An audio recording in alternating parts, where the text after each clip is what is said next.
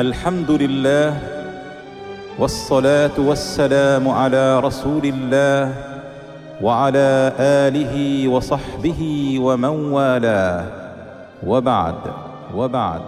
وبعد إنه مما يسعد إخوانكم بمسجد الإصلاح الكائن بمدينة مرسيليا أن يقدموا لكم في هذا اليوم المبارك خطبة الجمعة بعنوان بين امتحان الدنيا وامتحان الآخرة. On va essayer, bi'idhnillahi azza wa jalla, de trouver un certain parallèle, une certaine différence entre l'examen dans ce bas monde et l'examen qu'on doit passer devant Allah tabaraka wa ta'ala. من تقديم الشيخ هارون حفظه الله ورعاه، راجين من الله عز وجل أن يعم نفعها ويدخر أجرها.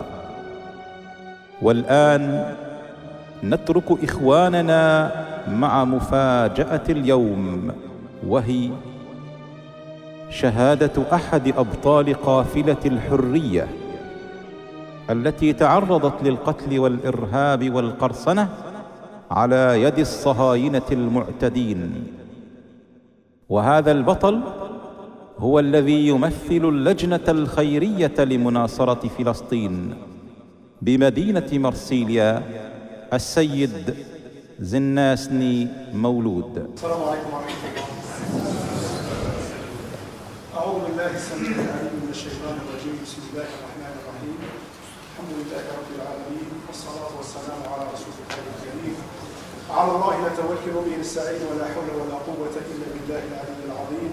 وبعد، معاشر المسلمين الكرام، السلام عليكم ورحمة الله تعالى وبركاته. كما وعدتكم في الجمعة الماضية، قلت لكم بإذن الله يوم الجمعة سيكون معنا واحد من الشاهدين، un témoin, un vrai témoin qui a été dans la flottille la dernière fois، اللي كان في أسطول الحرية واللي شاف ما شاف واللي صار ما صار من أجل حاجة اسمها فلسطين. Pour la Palestine, pour l'affaire palestinienne, pour nos frères en Palestine. Donc il a suivi énormément de choses. J'ai nommé aujourd'hui le frère Miloud Zinasni. Miloud Zinasni, c'est le président du CBSP Marseille. CBSP من الجمعيات اللي تهتم بالشعب الفلسطيني في فلسطين وبمشاريع الأمة بإذن الله تبارك وتعالى.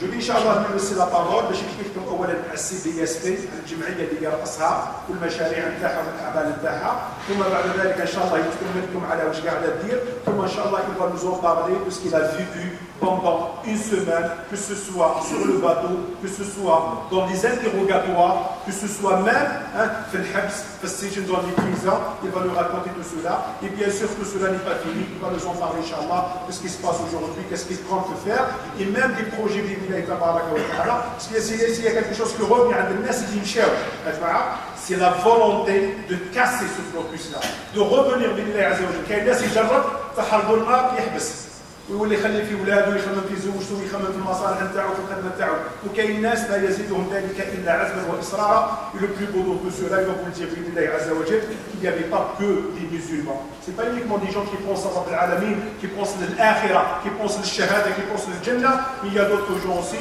qui n'ont rien à voir avec la religion. Il va nous en parler بإذن الله عز وجل. Barakallahu fik akhi Miloud pour cette réponse, barakallahu fik pour cette présence. نسأل الله سبحانه وتعالى أن يوفقنا ويوفقك بإذن الله عز وجل. تفضل طيب. بسم الله الرحمن الرحيم، والصلاة والسلام على رسول الله والسلام ورحمة الله.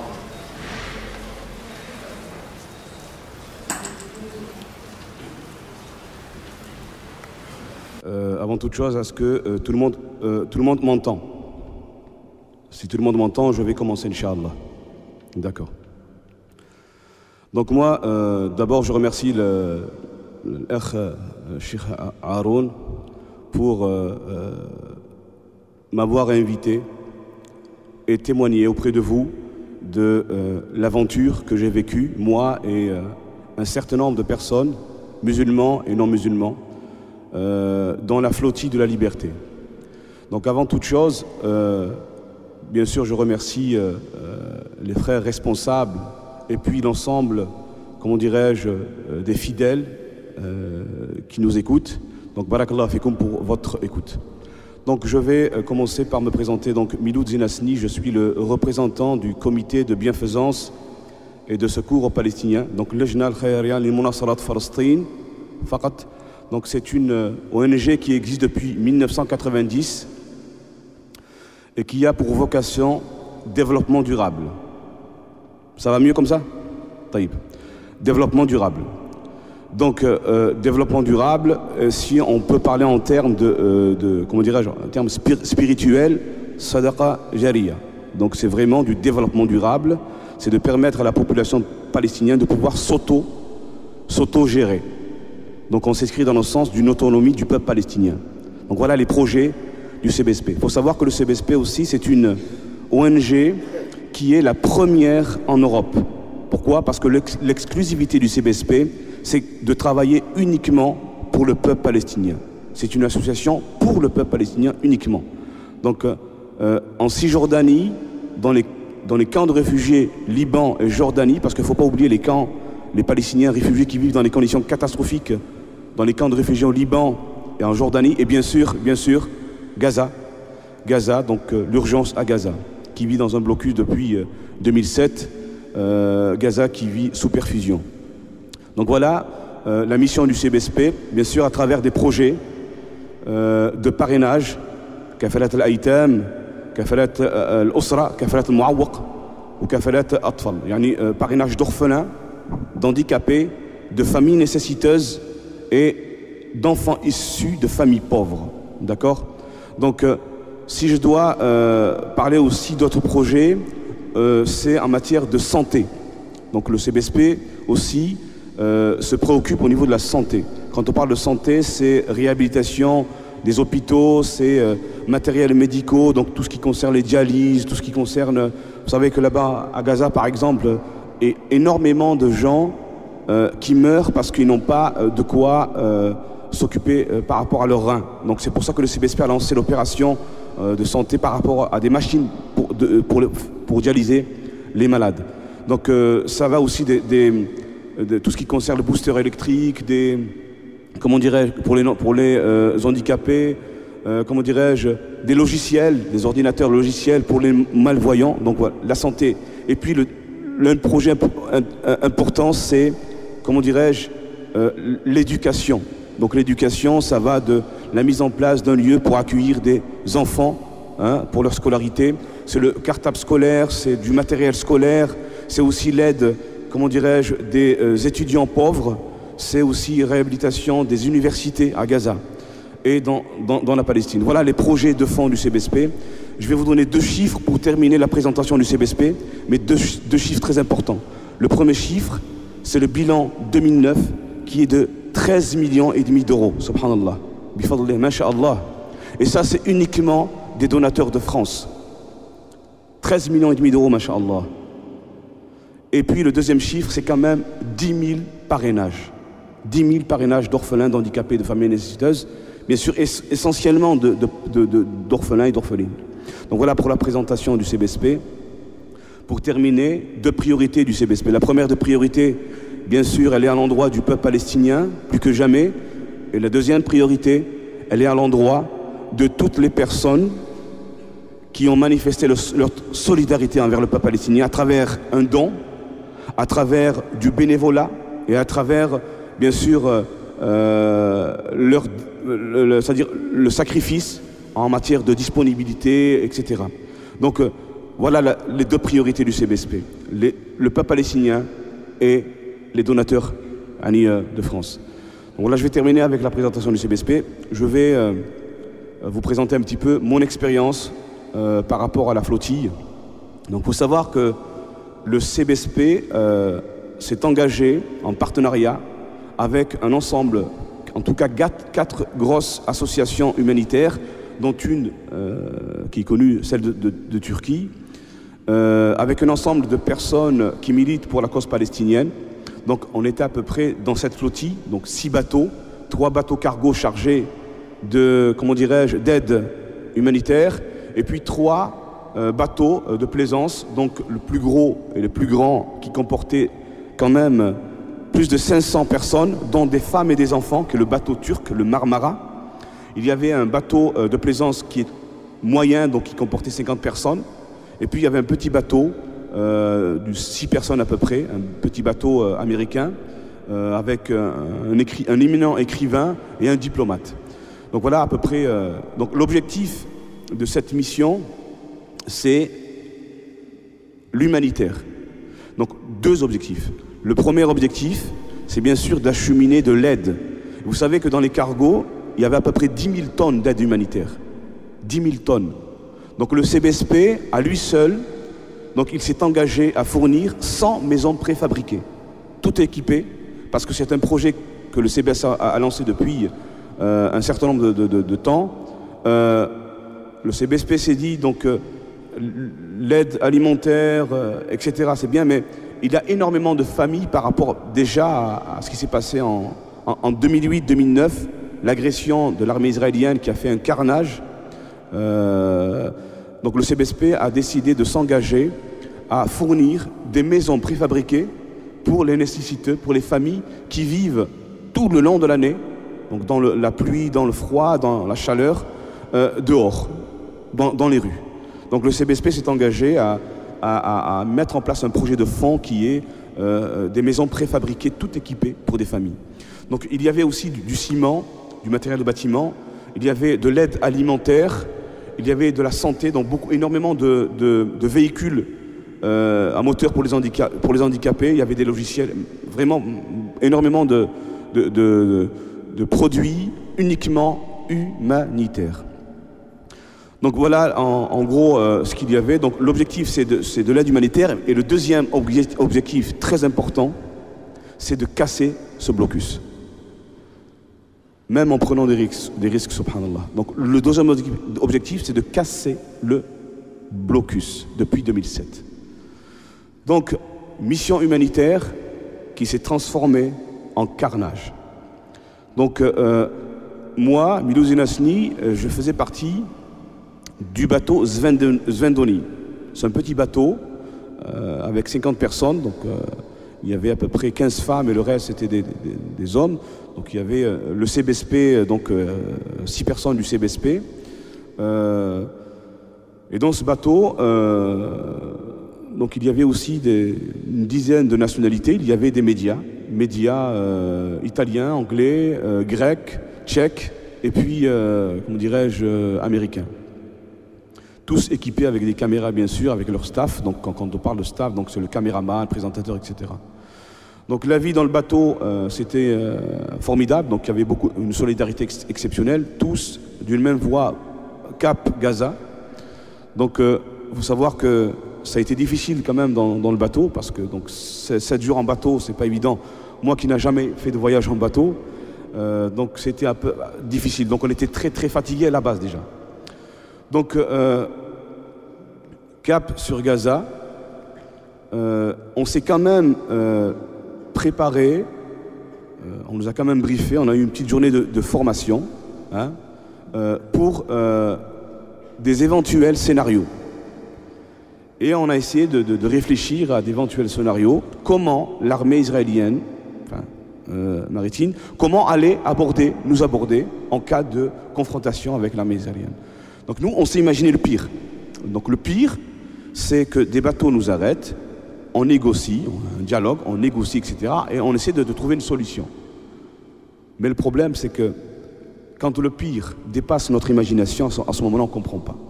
Parce que ce qui s'est passé, c'est pire que le pire.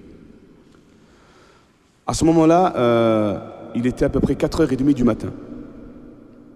On s'apprêtait à faire le Fajr, subhanallah. À ce moment-là, il y a l'un des responsables du bateau commence à donner l'alerte.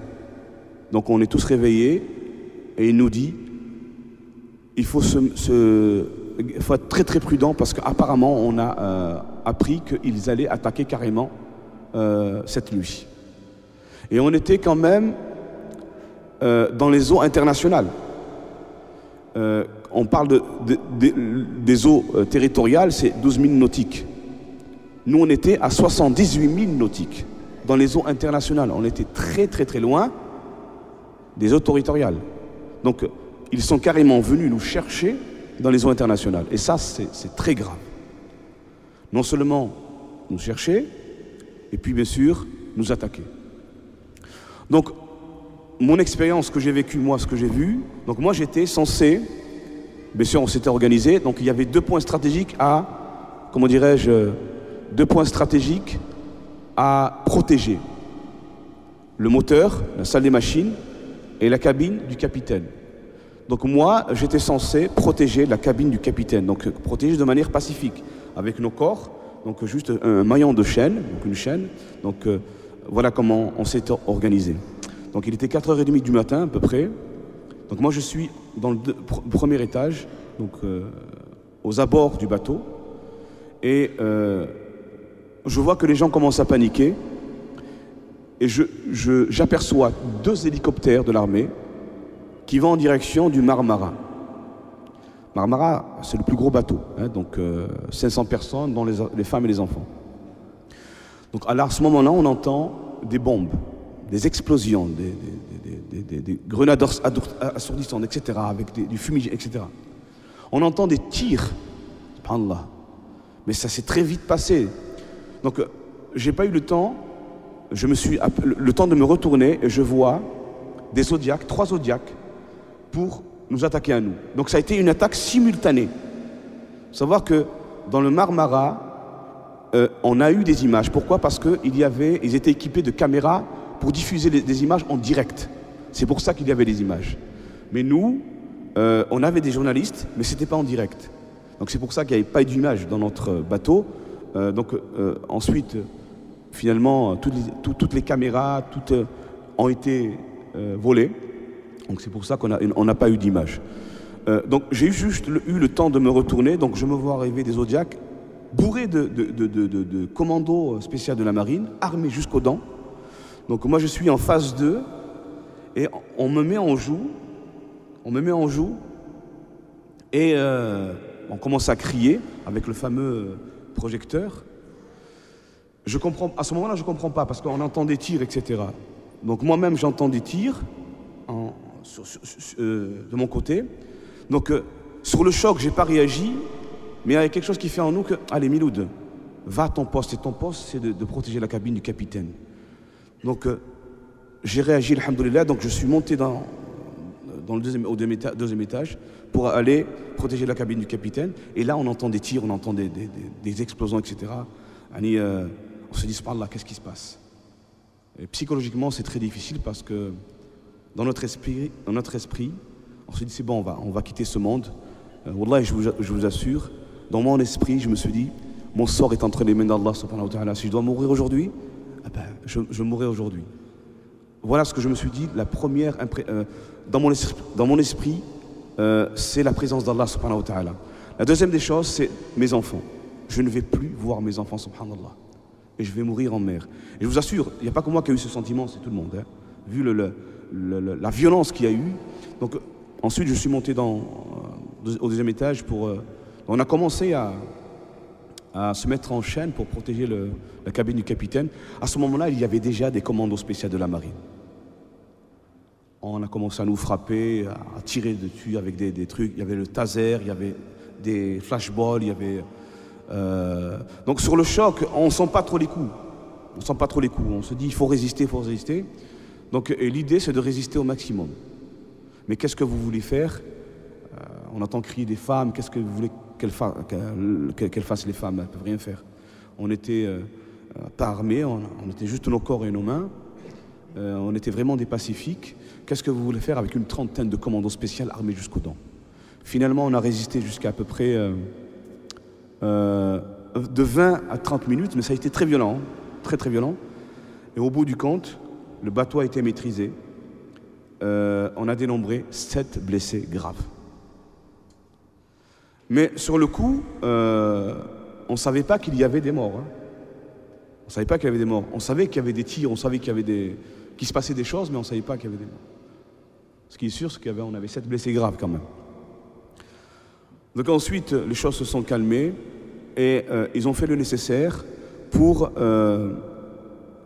comment dirais-je, pour séparer tous les bateaux.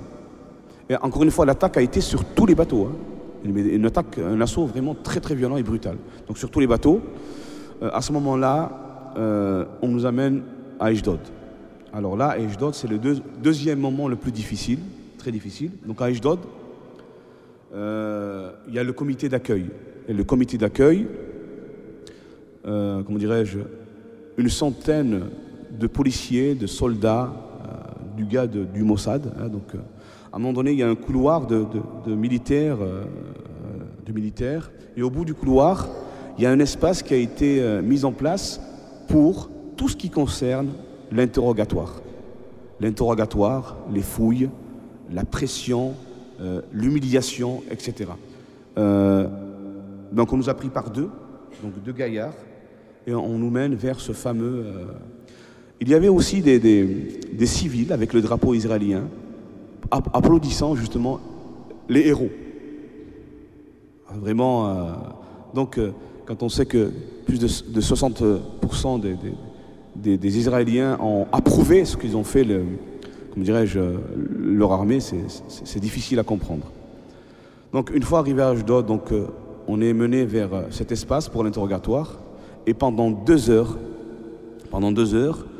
on me trimballe à droite, à gauche, donc interrogatoire dans un bureau, on me fouille, on m'a déshabillé à 2 reprises, alors qu'on m'a déjà fouillé, on m'a déjà déshabillé, donc on l'a fait une 2e fois. Mais tout ça, c'est pour nous humilier.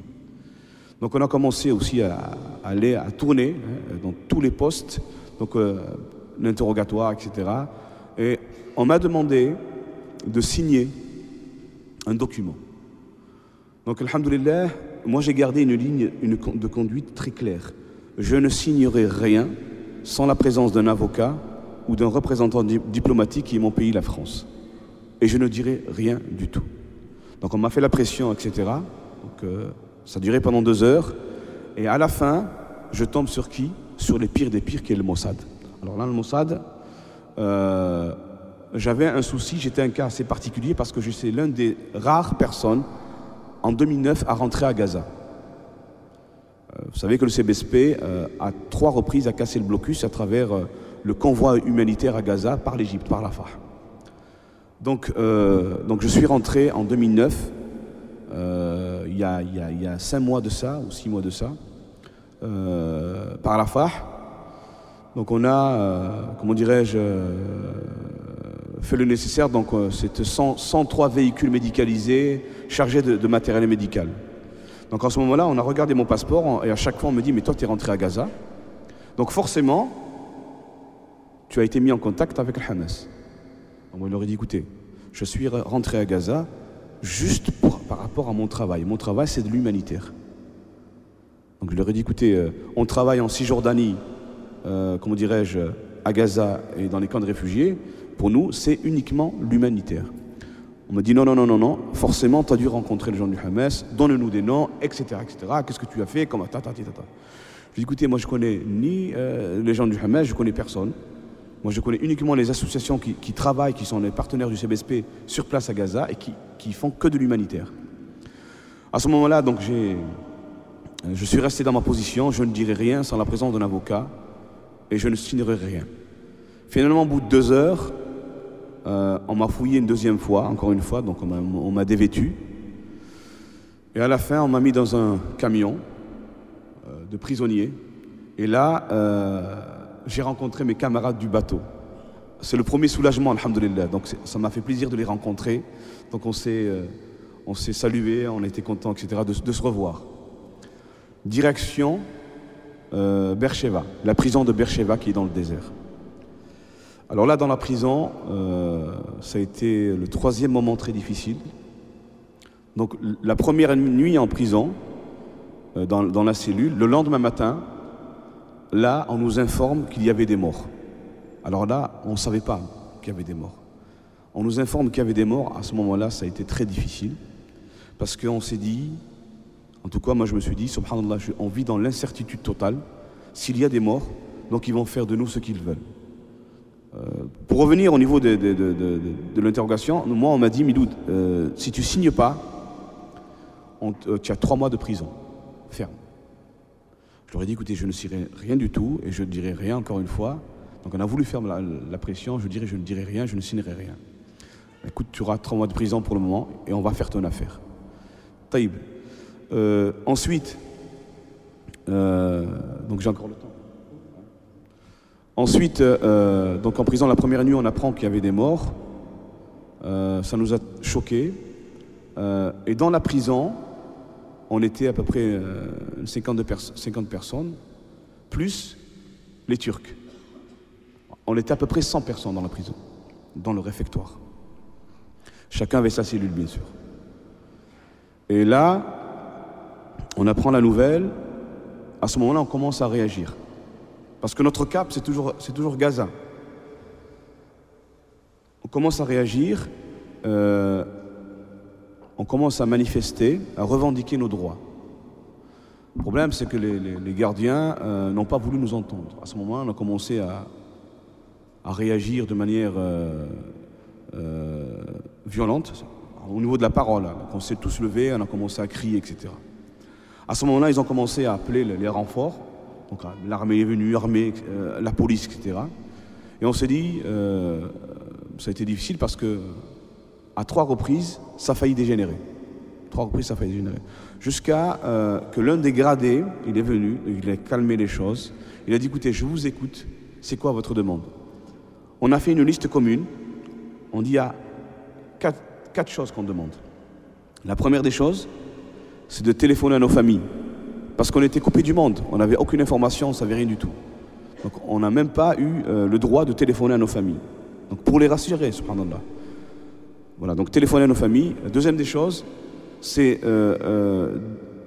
la présence d'un avocat et de représentants diplomatiques de nos pays respectifs. Troisième des choses, c'est le bilan des morts. Qu'est-ce qui s'est passé? Où ça en est? La troisième des choses, c'est et les bateaux, ils sont où? Donc à ce moment-là, donc les choses se sont, comment dirais-je, au bout de 3 jours, les choses se sont accélérées. Donc on a commencé à voir, on a eu le représentant diplomatique de la France pour l'équipe de France, et on remarque que même le représentant diplomatique a été manipulé, c'est-à-dire il a été traité d'une manière irrespectueuse. C'est-à-dire, il nous présente un dossier. Et dans ce dossier, il n'y a que des informations fausses. Que des fausses informations. Donc il a été manipulé jusqu'au bout. Ensuite, donc il a essayé de comprendre. Donc il est parti voir un des gradés. Et le gradé l'a envoyé balader, quoi. Il l'a envoyé balader, subhanallah. Et on s'est dit, mais c'est quoi ce représentant diplomatique? Qu'est-ce que c'est cette histoire? Ensuite, on a eu les avocats. À ce moment-là, on a appris l'ampleur au niveau international, au niveau mondial, de ce qui s'était passé, de ce qui s'est passé. Là, on a commencé à prendre conscience de cette ampleur-là. Donc à ce moment-là, les choses se sont accélérées, donc avec la pression internationale, la pression d'Erdogan, qui a été très forte par rapport à Israël. Les choses se sont débloquées. Au bout de 3 jours, à ce moment-là, donc, on nous mène dans un avion. Donc il était le matin. Et depuis le matin jusqu'à minuit et demi, on attendait dans l'avion sans savoir qu'est-ce qui se passait. Et on a décollé, subhanallah, de Tel Aviv jusqu'à Istanbul. En tout cas, l'équipe de France. Donc voilà à peu près ce qui s'est passé. Je ne vais pas trop m'attarder pour ça. Je vais terminer avec deux points et l'enseignement que j'ai retiré, moi, que j'ai en tiré de cette expérience. Première des choses, c'est de rendre hommage à ceux qui sont morts. Donc moi, je vous invite, Inch'Allah, dans vos prières, dans vos prosternations, de faire une dua pour ceux qui sont morts et d'avoir une pensée envers leur famille. C'est très important. Vous savez, ce qui nous a permis, en tout cas moi, ce qui nous a permis de tenir le coup, il y a 2 choses. Et je le dis avec force. La première des choses, c'est d'avoir dans mon esprit la présence d'Allah subhanahu wa ta'ala. Mon sort est entre les mains d'Allah, donc on ne peut rien faire. Et la deuxième des choses, c'est de savoir qu'il y a des gens en France et dans le monde qui nous font des doigts pour nous. Le fait de savoir ça, Ça nous a un peu permis de tenir le coup. Donc, 3 enseignements pour terminer que j'ai tiré de cette expérience. Le premier enseignement, c'est mon humilité devant la dignité, le courage, la résistance du peuple palestinien, subhanallah, qui vivent depuis des décennies la pire des situations. Donc, je m'humilie devant la dignité de ce peuple palestinien. C'est un peuple qui est en train de nous faire un don à nous. Et ce don, c'est quoi? C'est le courage, c'est la détermination, l'amal fillah, l'espoir en Allah subhanahu wa ta'ala, l'éducation, et puis la détermination et la résistance. Donc, c'est un don que l'on reçoit de ce peuple qui n'est pas comparable au don qu'on lui fait. Nous, on fait tout simplement que lui permettre de vivre. Mais lui, ce peuple nous donne encore plus que ce qu'on donne nous. Donc voilà, premier enseignement, c'est l'humilité devant ce peuple, masha'Allah. Deuxième enseignement, c'est de savoir que subhanallah, il y a quand même dans ce monde des gens qui ne respectent ni la vie, ni la dignité, ni le droit, ni la liberté de l'homme. Et le fait on se pose des questions, mais quand même il y a quelque chose, mais il n'y a rien. C'est des gens qui ne respectent rien du tout. Et ça, c'est très très grave, surtout quand on vient à savoir qu'on est entre la vie et la mort face à des gens comme ça, subhanallah. Donc on ne le comprend pas. Troisième des enseignements, pour terminer, comme il a dit le Cheikh Haroun, notre force dans le groupe du bateau, c'est cette solidarité entre nous autour d'une même cause. Musulmans, non-musulmans, arabes, italiens, anglais, etc. Wallah, il n'y a aucune race, aucune nationalité, aucune couleur. Et ça, on l'oublie. Mais vraiment, cette solidarité nous a permis de tenir le coup. Barakallahu fikum. Assalamu alaikum wa rahmatullah.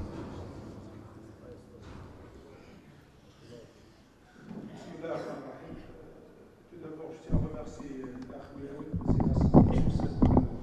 cette intervention.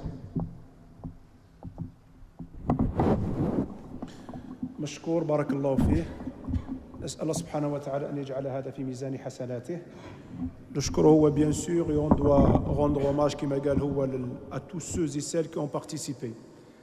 أنا حاب نزيد les enseignements تاع الأخ ميلود 2-3 choses très importantes. الأولى يا جماعة si le CBSP est parti, si les جماعة هادو sont partis au péril de leur vie, derrière il y avait un résultat. Derrière, il y avait un résultat. Il y a un résultat matériel. Tout à l'heure, il parlait d'objectifs. ما هو الهدف؟ الهدف أننا نعاونوا فلسطين surtout غزة.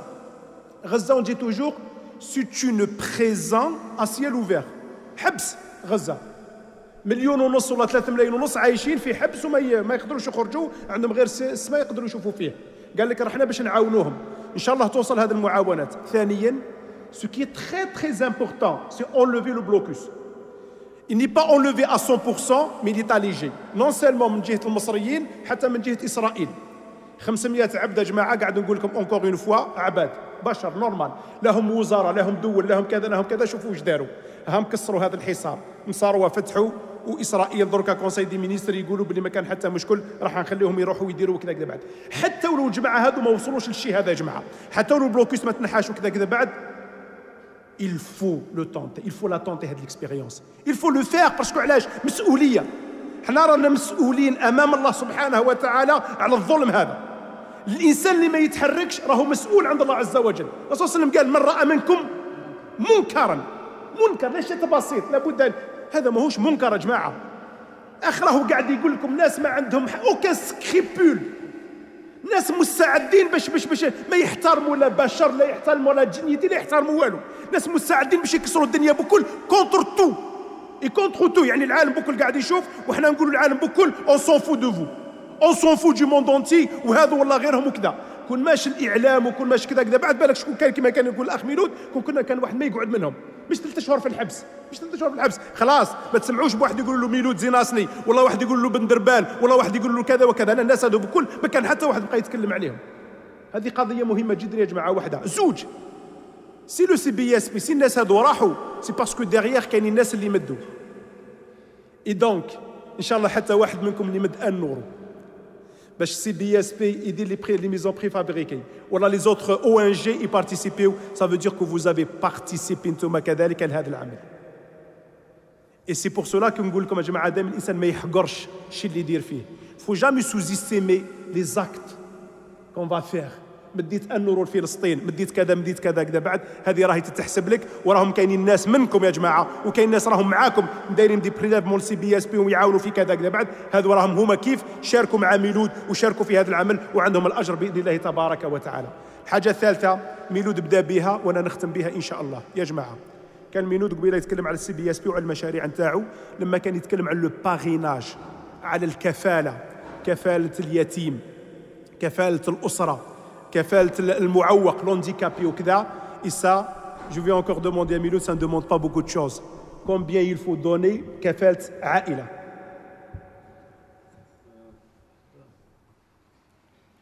Il y a plusieurs solutions.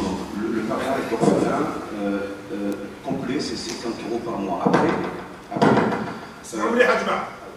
50 € par mois. Après, pour ceux qui ne peuvent pas se permettre de parrainer à 50 € par mois parce que son budget ne le permet pas, on a une solution. C'est qu'il peut faire un parrainage par binôme. C'est-à-dire 2 personnes peuvent parrainer le même orphelin à 26, 27, 27 €. Le parrainage de famille, pareil. Normalement, une famille, c'est 100 € par mois. Donc 2 personnes peuvent parrainer une famille à 50, 50, 100 € par mois. Donc l'enfant, c'est exactement la même chose. Donc on trouve toujours des solutions. Alors, pour terminer, le CSSP, il vaut mieux permettre à des gens de parrainer. Donc on leur permet de faire du bien à 25 € par mois par rapport à leurs moyens. Et ce qui est important, c'est aussi qu'un enfant, on préfère qu'un enfant soit parrainé à 25 €.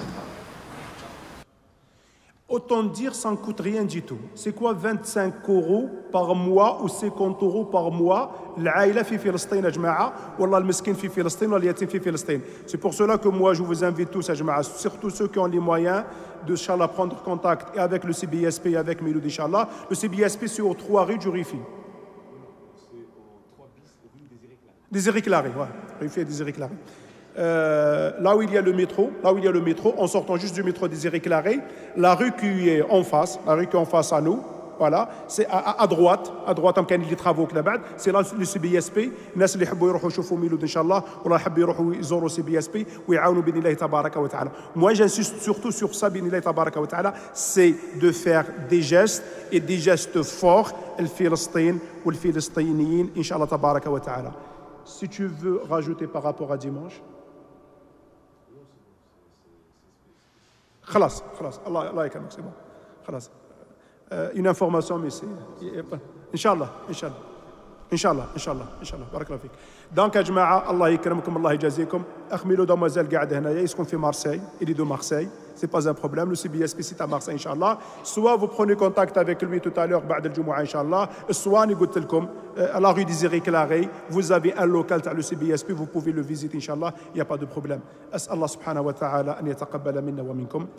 السلام عليكم ورحمه الله تعالى وبركاته.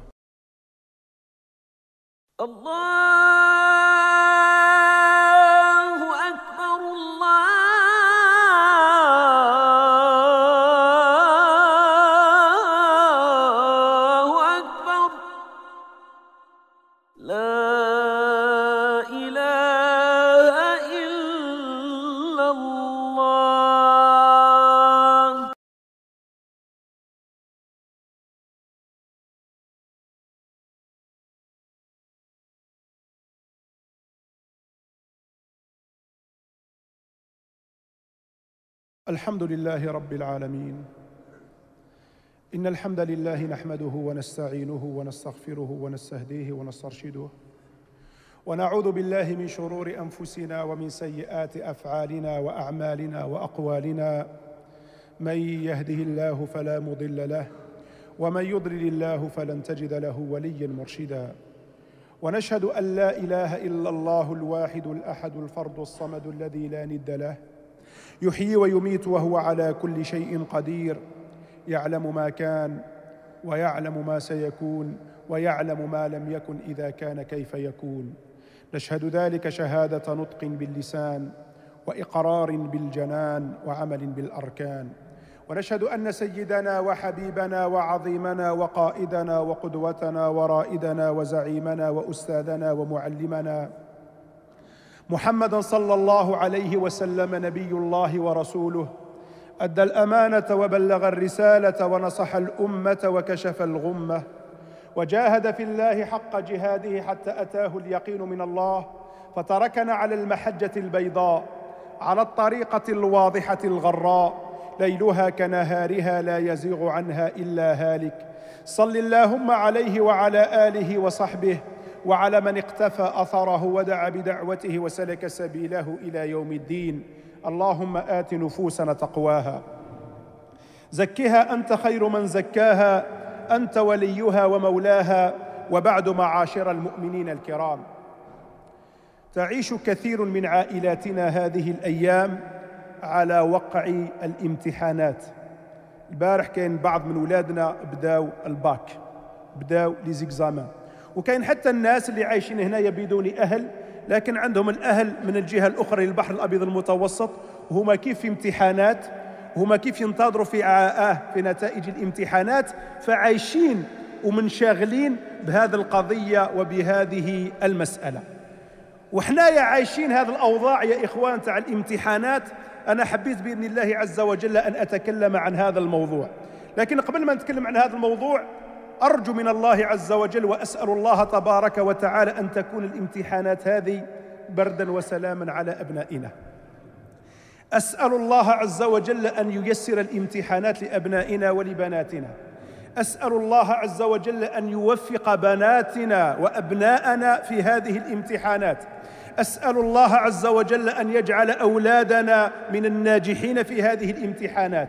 أسأل الله عز وجل أن يوفق أولادنا وأن يحوزوا على كل شهادات، وأن يكون لهم الرصيد العظيم من العلم والثقافة.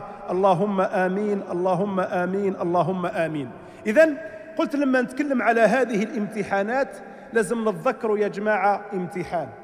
إذا اليوم أولادنا وحدهم اللي قاعدين يعقبوا في الامتحانات، لازم نتذكروا باللي كاين واحد الامتحان كلنا سوف يمتحن فيه، كلنا سوف يمر عليه بإذن الله عز وجل. امتحان عظيم، امتحان رهيب، امتحان مخيف.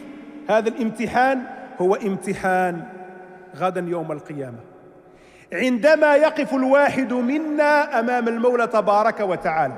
أنا حاب نتكلم اليوم يا جماعة عن الفروق، عن أوجه التباين بين امتحانات الدنيا مهما كانت صعوبتها وبين امتحانات الآخرة أو الامتحان اللي راح نفوته كلنا غدا يوم القيامة. فلا بد إذن أن نصغي بقلوبنا قبل أن نصغي بآذاننا إلى هذا الموضوع.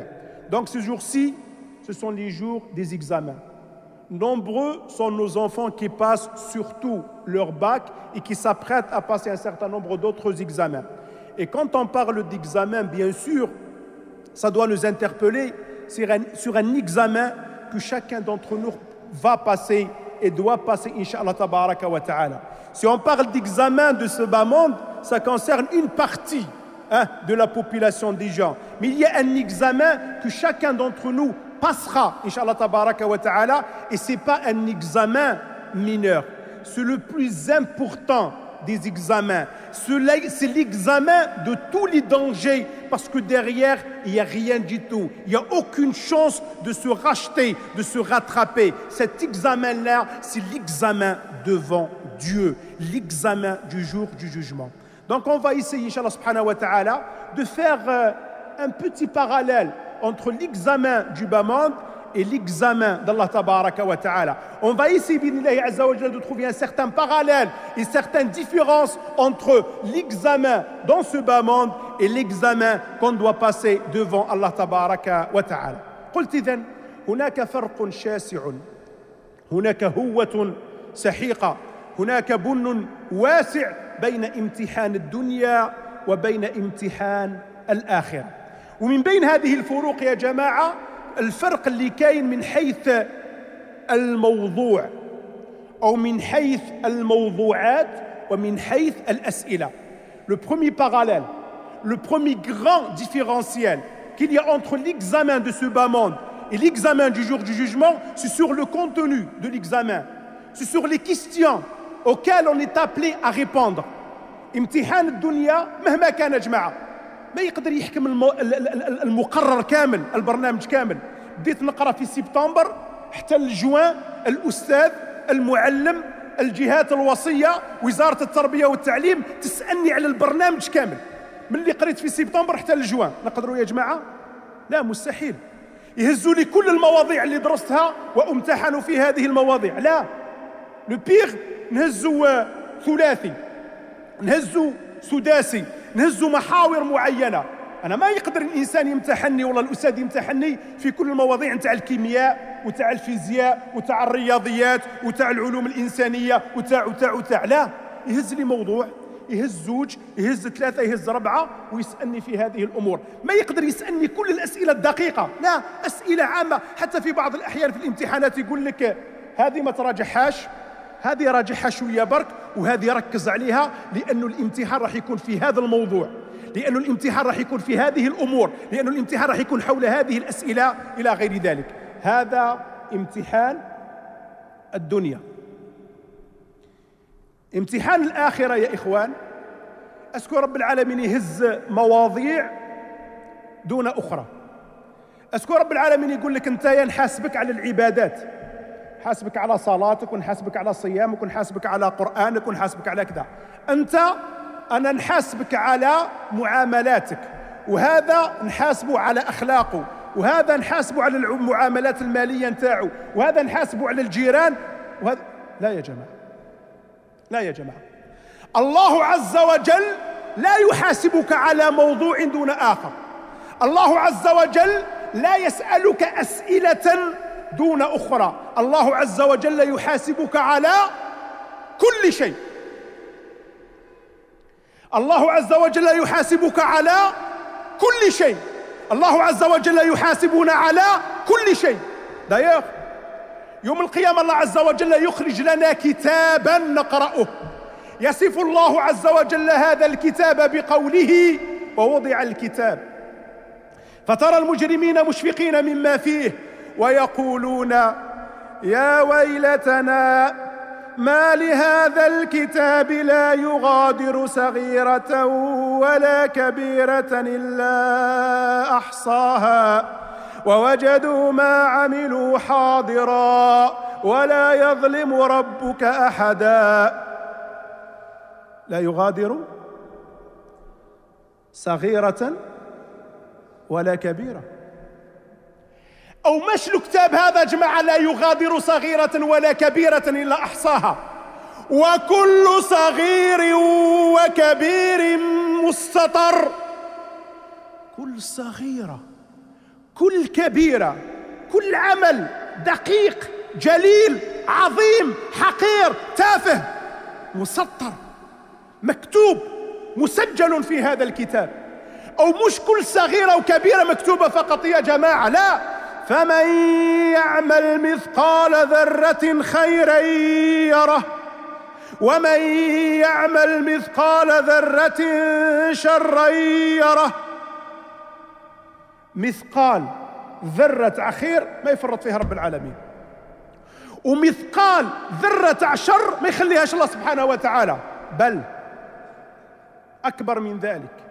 لما يقول لنا النبي عليه الصلاة والسلام إنما الأعمال بالنيات، لا درك خرجنا من الماتريال، درك خرجنا مما هو مادي، حتى ولو كان وزنه كوزن الذرة، حتى ولو كان وزنه كوزن الشيء الذي لا يوزن، لا، درك دخلنا في حاجة أخرى، دخلنا في لي زانتونسيون، درك دخلنا في النيات، أي أن الله عز وجل يحاسبك حتى على النية نتاعك. إن الله كتب الحسنات والسيئات في كتاب ثم بين ذلك كما يقول النبي عليه الصلاة والسلام، فمن هم بحسنة فلم يكتبها كتبت له حسنة، ومن هم بحسنة فعملها كتبت له حسنة إلى 10 حسنات، والله يضاعف لمن يشاء والله واسع عليم. ومن هم بسيئة فلم يعملها كتبت له حسنة، ومن هم لنوى أن يدير سيئة فعملها كتبت له سيئة واحدة. هذا كتاب الله سبحانه وتعالى. هذه المواضيع اللي يسأل عليها رب العالمين. الله عز وجل ما يسألك على الصلاة فقط وما يسألك على هذه، لا، الله عز وجل يسألك عن كل شيء. أسئلة امتحانات الدنيا قلت لكم يا جماعة ما تقدرش تكون شاملة، ما تقدرش تكون وافية لكل شيء، لكن أسئلة غدا يوم القيامة شافية وكافية، تمس الخفي والظاهر، تمس الباطن والظاهر، تمس الكبير وتمس الصغير. لما يقول لنا النبي عليه الصلاة والسلام لا تزول قدم عبد يوم القيامة حتى يسأل عن 5، حتى يسأل عن 5، عن عمره فيما أفناه. عن العمر يا جماعة، عشت 60 يحاسبك ربي على 60، عشت 70 يحاسبك ربي على 70، ما يحاسبكش ربي على 20، والله على 10، والله 5، والله على آخر الحياة نتاعك، والله على كذا. لا، عن عمره فيما أفناه، عام بعام، وشهر بشهر، والنهار بنهار، والساعة بساعة، ودقيقة بدقيقة، وثانية بثانية. هذه يحاسبنا عليها الله سبحانه وتعالى. حتى يسأل عن عمره فيما أفناه، مش فقط عن العمر، وعن شبابه فيما أبلاه. كاينة مرحلة مهمة جدا في الحياة نتاع الإنسان، هي مرحلة الشباب، مرحلة المهمة اللي لازم الإنسان فيها يكون على دين الله عز وجل، اللي لازم الإنسان فيها يستعد ويعبد الله تبارك وتعالى، لأنها المرحلة تاع كل المخاطر. هذه كذلك يحاسبنا عليها رب العالمين بالتدقيق، بالتدقيق، دقيقة بدقيقة، وثانية بثانية، وساعة بساعة، وأسبوع بأسبوع، ونهار بنهار، وشهر بشهر، وعام بعام. وعن ماله، من أين اكتسبه وفيما أنفقه. عدو زوج، مالك يقول لك رب العالمين منين جبته؟ وش من مالي يحاسبك عليها رب العالمين؟ ثم إن الله عز وجل عندما يحاسب يا جماعة ما يحاسبش فقط الناس اللي عندهم دراهم كيما رانا، يحاسبنا الله سبحانه وتعالى على المال. منين جبنا هذا المال؟ منين دخل هذا المال؟ ما هي الطرق، ما هي الوسائل التي اكتسبنا بها هذا المال؟ هل هي طرق مشروعة؟ هل هي طرق حلال؟ هل هي طرق مقبولة من عند الله عز وجل؟ أم هي طرق محظورة، طرق ممنوعة؟ هل اكتسبنا هذا المال من حلال أم اكتسبنا هذا المال من حرام؟ ما يحاسبكش الله سبحانه وتعالى لو بلو غرو دو تا فورتون، والله قال على لي زاكسيون اللي عندك، والله على لي سوسيتي اللي عندك وكذا. لا، أنا قاعد نقول لك فلس بفلس، سنتيم بسنتيم، أورو بأورو، الله تبارك وتعالى يحاسبنا عنها غدا يوم القيامة، عن ماله من أين اكتسبه وفيما أنفقه. ما تقولوش يا ربي أنا المال تاعي حلال، معليش المال تاعك جبته من الحلال، وإن حطيته واسكو تو لا بلاسي، أين أنفقته؟ مديت الزكاة والله ما مديتش؟ مديت الفلسطين والله ما مديتش؟ بنيت به المساجد والله ما بنيتش؟ عاونت به الفقراء والمساكين والله ما عاونتش؟ وش درت به باش تظهر صورة الإسلام وباش تظهر الإسلام وباش تدعو إلى الله تبارك وتعالى؟ فيحاسبك الله عز وجل على المال تاعك أين أنفقته، دورو بدورو، وش شريت به الديار ولا المساجد، وش درت به كذا أو كذا، وش عملت به لما مديته كذا. كل هذا يحاسبنا عليه المولى عز وجل غدا يوم القيامة، وبطبيعة الحال وعن علمه ماذا عمل به. تعلمت ما تعلمتش؟ علاش ما تعلمتش؟ لماذا لا تتعلم؟ لماذا كنت نافرا عن العلم وعن التعلم وكذا؟ وماذا عملت بالعلم الذي كان بحوزتك؟ شتوا الأسئلة تاع غدا يوم القيامة يا جماعة؟ شتوا المواضيع تاع غدا يوم القيامة يا جماعة؟ مهما كان الامتحان في الدنيا ça ne vaut rien du tout par rapport à الامتحان تاع الله تبارك وتعالى. Donc le premier grand différentiel entre l'examen de ce bas monde et l'examen du jour du jugement, c'est sur le contenu. Quel que soit l'examen qu'on va passer, on ne peut pas être testé sur tout le contenu du programme. On ne peut pas prendre tout le programme. Je ne sais pas comment c'est pendant le mois de septembre jusqu'au mois de juin. L'examen, ça doit porter sur tout le programme. C'est impossible. On va prendre au mieux un semestre, on va prendre un trimestre, on va prendre un certain nombre de chapitres, c'est sur cela qu'on va me tester. Mais prendre tout le programme, il n'y a aucun enseignant, il n'y a aucun professeur, il n'y a aucune institution, il n'y a aucun ministère qui va le faire. C'est impossible de faire un test par rapport à tout cela. Donc qu'est-ce qu'on va faire? On va voir juste une partie du programme et c'est par rapport à cela que j'aurai mon examen. Et quand je vais prendre une partie du programme, est-ce que je vais la décortiquer cette partie-là? Les questions que je vais avoir, est-ce que ça touche tous les détails de ce programme-là? Absolument pas. Absolument pas. On ne peut pas le faire. On n'a pas les moyens de le faire. Et personne ne pourra réussir quand il s'agit de cela, Inch'Allah Azza wa Jal. Alors, que si je reviens à l'examen d'Allah Tabaraka wa Ta'ala, à l'examen du jour du jugement, ça ne va pas prendre une partie du contenu. Ça ne va pas prendre une partie du programme. Et je vais être questionné, interrogé par rapport à cela. Non, absolument pas. Allah Azza wa Jalla ne va pas m'interroger par exemple par rapport à ma relation avec lui, sur mes actes adoratifs. Ou bien il va me dire, toi, je vais t'interroger sur ça, l'autre, je vais lui en parler de ses relations, de son comportement, et l'autre, on va l'interroger par rapport à je sais quoi. Absolument pas. Quand on est devant les mains d'Allah Tabaraka wa Ta'ala, quand les questions fusent, quand les questions commencent de la part d'Allah Tabaraka wa Ta'ala, elle passera au crible tout le contenu, tout le programme, toute ma vie, Inch'Allah Tabaraka wa Ta'ala. D'ailleurs, Allah Azza wa Jalla, quand il parle de cela dans le Coran al-Karim, quand il nous parle du livre dans lequel c'est très inscrit nos actes et nos actions et nos œuvres, Allah Tabaraka wa Ta'ala dit de ce livre-là qu'il ne laisse échapper rien du tout, que même nos actes dans ses plus brefs détails, elles sont inscrites, sont inscrits dans ce livre-là. Allah Azza wa Jalla ne laisse rien du tout. À chaque fois qu'on va faire commettre un acte, Allah Azza wa Jalla demande aux anges chargés de cela de l'inscrire, de le mettre sur ce livre-là, qu'on aura le jour du jugement entre nos deux mains. Allah Tabaraka wa Ta'ala ne laissera rien au hasard, même si c'est un acte qui peut nous paraître futile, même si c'est un acte qui peut nous paraître bidon ou petit. Non, Allah Tabaraka wa Ta'ala fait abstraction de cela et demande aux anges de le mettre. D'ailleurs, même l'atome gramme du bien et l'atome gramme du mal, on en rendra compte à Allah Tabaraka wa Ta'ala de cela. Pire que ça, Allah Azza wa Jalla nous interrogera même par rapport à nos intentions. Quand le Nabi sallallahu alayhi wa sallam nous dit innamal a'malu binniyat, les actions ne valent que par leur intention, ça veut dire que même on rendra compte à Allah Azza wa Jalla par rapport à nos intentions. Donc même l'intention, on rendra compte à Allah Azza wa Jalla par rapport à cela. Donc quand je veux comparer cela avec l'examen de ce bas monde, qu'est-ce qu'on voit? On voit une certaine différence. Ensuite, concernant même les questions de ce bas monde ne prennent pas en compte un certain nombre de détails, alors que les questions d'Allah Tabaraka wa Ta'ala le jour du jugement, elle prend en considération ces détails-là. Quand le Nabi sallallahu alayhi wa sallam nous dit, le jour du jugement, avant qu'on connaisse notre sort, soit au paradis, soit en enfer, ou l'iyadhu billah, il y a 5 choses sur lesquelles Allah Azza wa Jalla t'interpelle. 1. Allah Azza wa Jalla t'interrogera sur toute la durée de ta vie. Ce n'est pas une partie de ta vie. Allah Azza wa Jalla passera au crible ta vie tout entière, dans les plus brefs détails, seconde par seconde, minute par minute, heure par heure, jour par jour, semaine par semaine, mois par mois, année par année. On rendra compte à Allah Azza wa Jalla de tout cela, Inch'Allah Azza wa Jalla. Et bien sûr, dans la vie, il y a une période extraordinaire qui est la jeunesse, et là aussi, elle passera au crible devant Allah Tabaraka wa Ta'ala. Elle passera au scanner, si j'ose dire ainsi, si j'ose m'exprimer ainsi, devant Allah Tabaraka wa Ta'ala. Ensuite, Allah Azza wa Jalla nous interpellera par rapport à nos biens, à notre argent.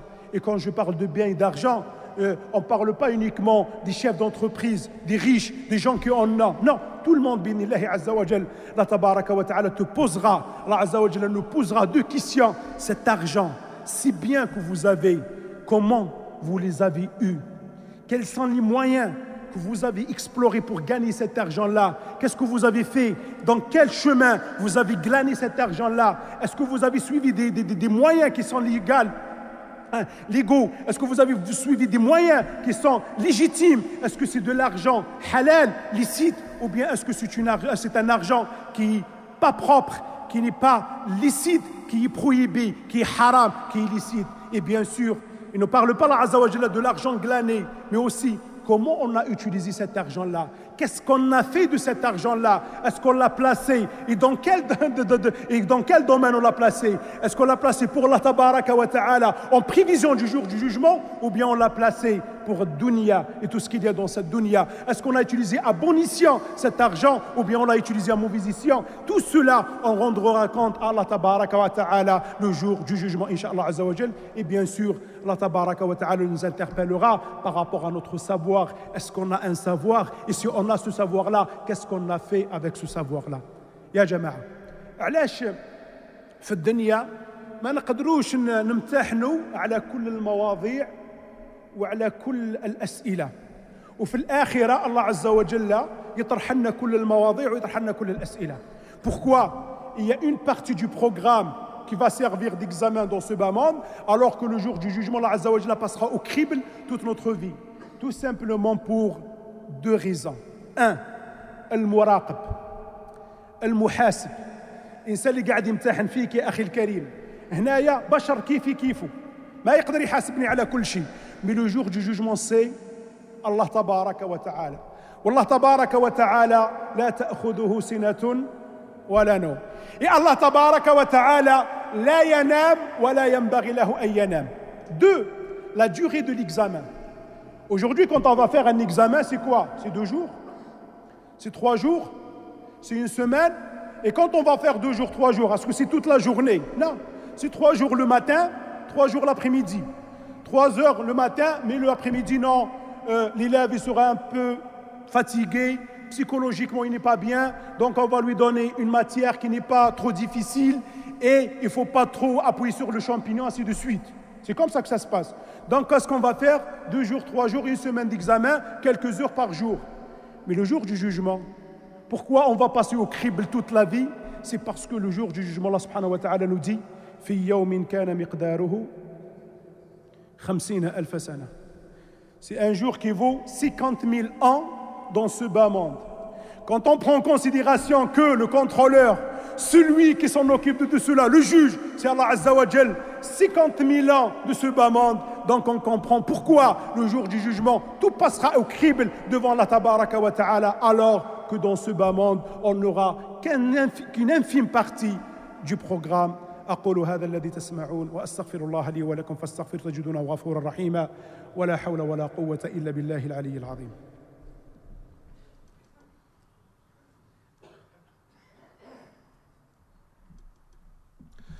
الحمد لله رب العالمين والصلاة والسلام على رسول الله الكريم. على الله نتوكل وبه نستعين ولا حول ولا قوة إلا بالله العلي العظيم. وبعد معاشر المؤمنين الكرام، من أوجه التباين والاختلاف بين امتحان الدنيا وامتحان الآخرة ما قد نسميه بالنجاح والرسوب والفشل. Donc parmi l'énorme différentiel qu'il y a entre l'examen de ce bas monde et l'examen du jour du jugement, c'est la notion de la réussite et de l'échec. النجاح والفشل في هذه الامتحانات. ماذا يمثل نجاح الدنيا؟ Que représente la réussite dans ce bas monde؟ راك نجحت. معليش الولد تحصل على الباك نتاعو ودخل للجامعة ولا واش ولا. Ça reste que si quelqu'un qui a percé dans ce bas monde et ad-dunya et tout ce qu'elle représente, c'est quoi? C'est quelque chose d'éphémère. ماذا تمثل الدنيا يا إخوان؟ النبي عليه الصلاة والسلام يقول لو كانت الدنيا تساوي عند الله جناح بعوضة ما سقى الكافر منها جرعة ماء. Si ce bas monde, si ad-dunya équivaut عند الله تبارك وتعالى l'aile d'une mouche, alors Allah subhanahu wa ta'ala réservera à dunya que croyants. Les mécréants, les associateurs, ceux qui ne sont pas musulmans, Allah Azza wa Jalla leur donnera rien du tout, ne serait-ce qu'une gorgée d'eau. Mais c'est parce que ad-dunya, ce monde-là, ne vaut rien du tout chez Allah tabaraka wa ta'ala, donc il le donne à tout le monde. Qui veut dire quoi? Qui veut dire que النجاح كل النجاح وين هو غدا يوم القيامة. المسلم وش لازم يكون؟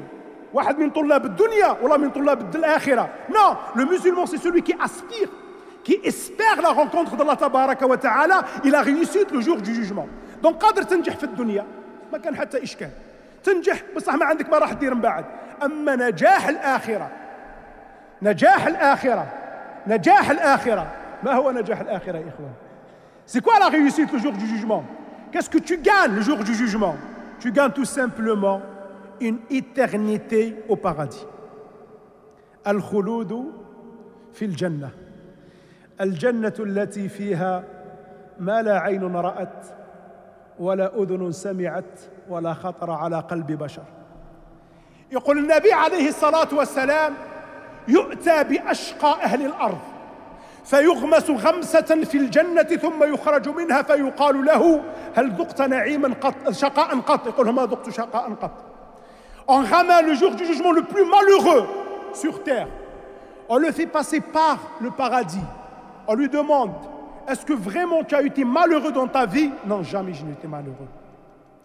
يعني يقدر الإنسان يكون كالنمرود ويكون كبختنصر وفرعون وذو القرنين وسيدنا سليمان عليه السلام يملك الأرض كلها، لكن من بعد وين هم هؤلاء جميعا يا جماعة؟ Ils sont où ces gens-là? Ceux qui ont eu le monde entre leurs mains, ils sont où? Ils sont dans la terre.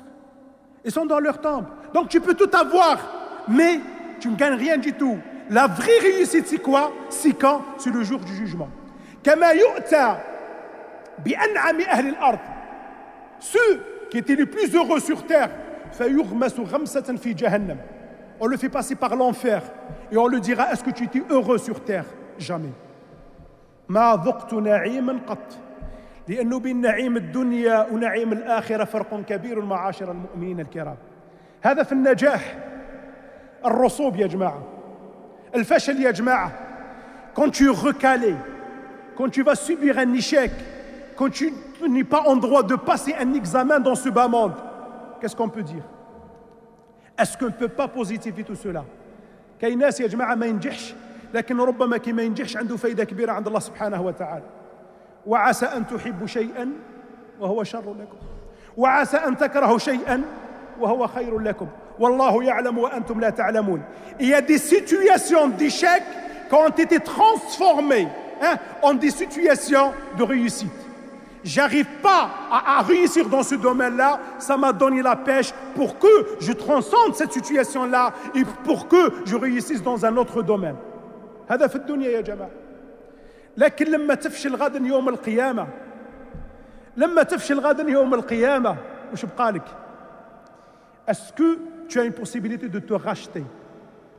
Est-ce que tu as une possibilité de te rattraper le jour du jugement? لا يا جماعة. قال رب ارجعوني لعلي أعمل صالحا فيما تركت. في الدنيا tu as toujours des rattrapages. Tu as toujours une opportunité pour se racheter, un rachat et tout. Mais le jour du jugement, tu n'as rien du tout. Le jour où on sera devant Allah subhanahu wa ta'ala avec rien du tout, on demandera à Allah azza wa jal, est-ce qu'on ne peut pas faire un saut dans le temps? Est-ce qu'on ne peut pas revenir en arrière? Est-ce qu'on ne peut pas revenir à la dunya? Et là, on fera de notre mieux pour qu'on soit sur ton chemin et pour qu'on soit des vrais musulmans. Et là, Allah azza wa jal nous dit, c'est trop tard. Et c'est trop tard. وش نربحون بعد؟ ما كاين والو يا جماعة. حتى على مستوى النجاح والرسوب هناك فرق كبير يا جماعة بين امتحان الدنيا وامتحان الآخرة. ولهذا نقول لكم كما قاعدين نهتموا بأمور أبنائنا ولا بد علينا أن نهتم بهذا الأمر. كما قاعدين نخموا في هذا الأمر. On doit être préoccupé par les examens de nos enfants. Et on doit être au chevet de nos enfants. Et on doit être avec nos enfants. On doit aussi avoir une pensée pour l'examen du jour du jugement, parce que là, c'est individuel, c'est personnel, et derrière, je le dis, je le répète, il n'y a pas de rachat. من وراها جماعة ما كاين والو. ولهذا لا بد علينا أن نستعد إلى هذا الامتحان، ولا بد الامتحان الآخرة أن يكون حاضرا دائما وأبدا في أذهاننا، وأن يكون حاضرا دائما وأبدا في حياتنا، حتى نكون من المستقيمين على منهج الله عز وجل. اللهم اجعلنا ممن يستمعون القول فيتبعون أحسنه. اللهم ردنا إلى الإسلام ردا جميلا. اللهم ردنا إلى الإسلام ردا جميلا. اللهم إنا نسألك الغنى والرضا والهدى والتقى.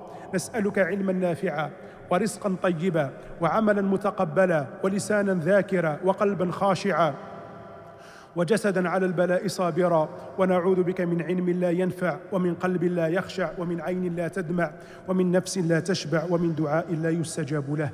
اللهم إنا نسألك أن تجعل الامتحانات بردا وسلاما على أبنائنا، اللهم اجعلها بردا وسلاما على أبنائنا، اللهم اكتب النجاح لأبنائنا ولبناتنا، اللهم وفقهم، اللهم وفقهم، اللهم وفقهم، اللهم يسر لهم الأمور، اللهم سهل لهم الأمور، اللهم لا تترك منا ولا معنا ولا فينا شقي ولا محروما. يا رب يا رب يا رب، كن من معنا له مشكلة، اللهم سهل له الأمور، اللهم سهل له الأمور، اللهم لا تجعل منا ولا معنا ولا فينا شقيا ولا محروما، اللهم يسر أمورنا، اللهم يسر أمورنا، اللهم يسر أمورنا. سبحان ربك رب العزة عما يصفون، وسلام على المرسلين، آخر دعوانا أن الحمد لله رب العالمين. بارك الله فيكم أجمعين، وأقم الصلاة.